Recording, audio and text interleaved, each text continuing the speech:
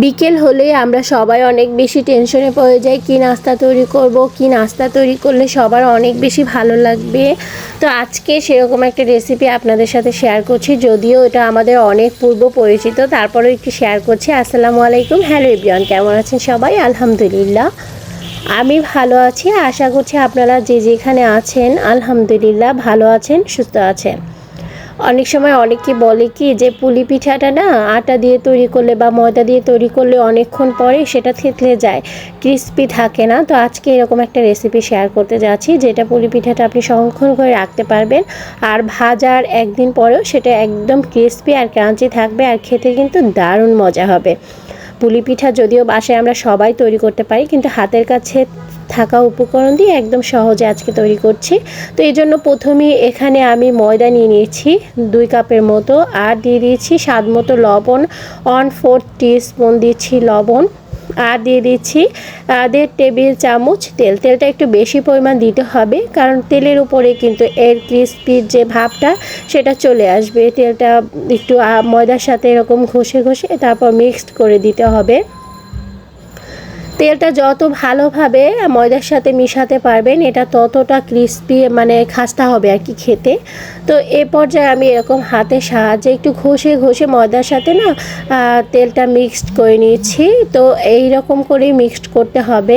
আর আমরা যে রান্নার রেগুলার তেল পাওয়া যায় সেটা দিয়ে আপনারা এটা তৈরি করবেন। আপনাদের যদি অনেক বেশি ভালো লাগা থাকে তাহলে বাটার দিয়েও করতে পারেন। তো এ পর্যায়ে আমি এখানে হাতের মুঠোয় নিলে দেখতে পাচ্ছেন এটা দলা পেকে যাচ্ছে, তার মানে এটা তেলের সাথে ভালো করে মিশে গিয়েছে। এখন রুম টেম্পারেচারে থাকা পানি দিয়ে আমি একটা ডো তৈরি করে নিচ্ছি। ডোটা মাঝামাঝি পর্যায়ে হবে, একদম বেশি নরমও হবে না আর একদম বেশি শক্তও হবে না। তো পানি একসাথে মানে সব দেওয়া যাবে না, তাহলে ডোটা কিন্তু নরম হয়ে যাওয়ার সম্ভাবনা থাকতে পারে। এই জন্য আমি অল্প অল্প পানি দিয়ে ডোটা তৈরি করে নিচ্ছি। আমরা পরোটা বানানোর যে ডো তৈরি করি সেরকম একটা মাঝামাঝি পর্যায়ে ডোটা তৈরি করে নিতে হবে। এ পর্যায়ে আমার ডোটা তৈরি করা হয়ে গেছে। এখন উপর থেকে একটু তেল ব্রাশ করে নিয়ে এটাকে আমি 15 মিনিটের জন্য রেস্টে রেখে দিচ্ছি। আর আপনাদের হাতে সময় থাকলে আপনারা 30 মিনিটও রাখতে পারেন, কোনো সমস্যা নেই। ফিরে এলাম 15 মিনিট পর, আর দেখেন এটা কতটা সফট হয়ে গেছে। আর এখন এটা দিয়ে লেচি কেটে তারপর আমি নিব। তার আগে আমি এখানে একটু কাঁচা নারিকেল কুড়িয়ে নিয়েছি, আর এখানে নিয়েছি 1/2 কাপের মতো চিনি। নারিকেল এখানে 1 কাপ নিয়েছি, চিনি 1/2 কাপের থেকে একটু বেশি পরিমাণে নিয়েছি। এখন একটু নেড়েচেড়ে মিশিয়ে নিচ্ছি। আমি আজকের পিঠাটায় নারিকেলটা একদম ভেজে নেইনি, একটু কাঁচা নারিকেলে ব্যবহার করব। আমার কাছে গরম গরম পুলি পিঠার ভিতরে এই যে নারিকেলের কাঁচা নারিকেলের পুরটা খেতে বেশ ভালো লাগে। তো এ পর্যায়ে আমি এখানে বড় একটা রুটি বেলে নিচ্ছি, আর রুটিটা একটু বড় বেলে নিতে হবে আর একদম পাতলা করে নিতে হবে। পুরুত্বটা দেখে আপনারা অবশ্যই বুঝতে পেরেছেন আমি কতটা পাতলা করেছি। তো একটু পুর দিয়ে তারপর আমি ফোল্ড করে চেপে চেপে নিয়ে তারপর ছুরি দিয়ে সাইডটা কেটে নিব। আর অনেক বেশি কোনো ডিজাইন বা কোনো কিছু করব না, যেহেতু আমি একদম 10 মিনিটের ভিতরে পিঠাগুলো তৈরি করব। আর কোনো ডিজাইনের দরকার হবে না, এগুলো ভেজে নিলে দেখতে এমনি অনেক সুন্দর লাগবে। তো একটা রুটি দিয়ে কিন্তু আমি 5-6টার মতো পিঠা তৈরি করে নিব।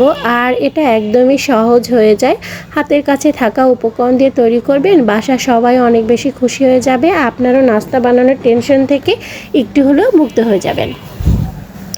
তো আমি আস্তে আস্তে করে সবগুলো পিঠা তৈরি করে নিচ্ছি। আর এই পিঠাগুলো তৈরি করার জন্য আপনাকে অনেক বেশি ঝামেলা করতে হবে না, শুধু পুর দিয়ে দিয়ে তারপর একটু ফোল্ড করে চেপে চেপে এভাবে পিঠাগুলো তৈরি করতে পারবেন। যারা কখনো পিঠা তৈরি করেনি তারাও কিন্তু সহজে এটা তৈরি করতে পারবেন কোনো ঝামেলা ছাড়াই। আর এগুলো ভেজে নিয়ে গরম গরম সার্ভ করবেন, খেতে দারুণ মজা হবে। তো দেখতে পাচ্ছেন আমি একটা রুটি দিয়ে কিন্তু অনেকগুলো পিঠে একবার মানে শুধু করে তৈরি করে নিয়েছি কোনো ঝামেলা ছাড়াই। আর একদম পাতলা করে নিতে হবে, তাহলে কিন্তু উপরের যে লেয়ারটা সেটা কিন্তু অনেক ক্রিস্পি হবে, খেতে কিন্তু দারুণ লাগবে। তো আমার পিঠা তৈরি করা অলমোস্ট ডান। এখন আমি লাস্টে যে পিঠাটা সেটা তৈরি করে নিয়েছি আর একদম তৈরি হয়ে গেছে। এই যে পিঠাগুলো দেখতে পাচ্ছেন কতটা সুন্দর লাগছে। এখন আমি গরম তেলে এটা ভেজে নিব। তো চুলায় আগে তেল দিয়ে রেখেছিলাম আর তেলটা এ পর্যায়ে গরম হয়ে গেছে। এখন এক এক করে পিঠা ছেড়ে দিচ্ছি আমি। চুলার আঁচটা এ পর্যায়ে মিডিয়াম লোতে রেখে পিঠেগুলো ভাজতে হবে। অনেক বেশি জালে পিঠা ভাজতে যাবেন না, তাহলে পিঠাগুলো কিন্তু পুড়ে যাবে, খেতে একদমই ভালো লাগবে না। যেহেতু পিঠাগুলোর ভিতরে নারিকেলের পুর দেওয়া আছে আর পিঠাগুলো দেখতেই পাচ্ছেন কতটা ফুলে গেছে। ফুলে এক একটা পিঠা কিন্তু একদম বেলুনের মতো হয়ে গেছে আর এটা খেতে দারুণ মজা। তো এ পর্যায়ে পিঠাগুলোর কালার চলে এসেছে। তো এই কালারই পিঠাগুলো ভেজে আমি তুলে নিব আর সার্ভ করে নিব। কেমন লেগেছে আজকে আমার রেসিপি অবশ্যই কমেন্ট সেকশনে জানাবেন। আর যদি আপনাদের ভালো লেগে থাকে তাহলে লাইক শেয়ার কমেন্ট করে পাশে থাকার চেষ্টা করবেন। তো আজ এই পর্যন্তই, পরবর্তী ভিডিও দেখার আমন্ত্রণ জানিয়ে এখানে বিদায় নিচ্ছি। আল্লাহ হাফেজ।